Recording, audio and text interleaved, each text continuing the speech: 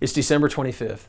Today's reading concludes John the disciple's first letter and includes all of his second letter, which was written from Ephesus to a local church nearby, and his third letter, which was written to an individual named Gaius. The central instruction in the bulk of today's reading is the admonition to live in the love of God. Doing so inherently helps us to love others and thus validate our love for God. If we don't love others, then our love for God is in word only and is not authentic.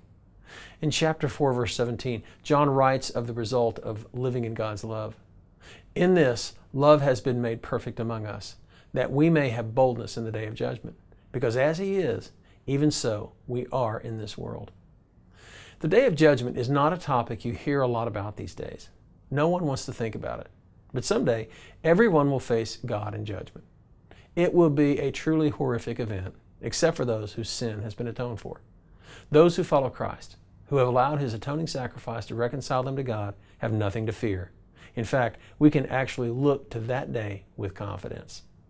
That is amazing.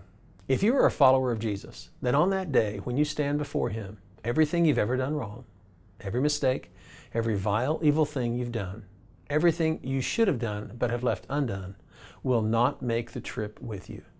It was placed upon Jesus on the cross. It hasn't just been magically erased in God's mind, as if He will somehow overlook your mistakes. No, it was placed upon Jesus while He was on the cross. He paid for it with His life, and He ransomed you from its penalty. How amazing!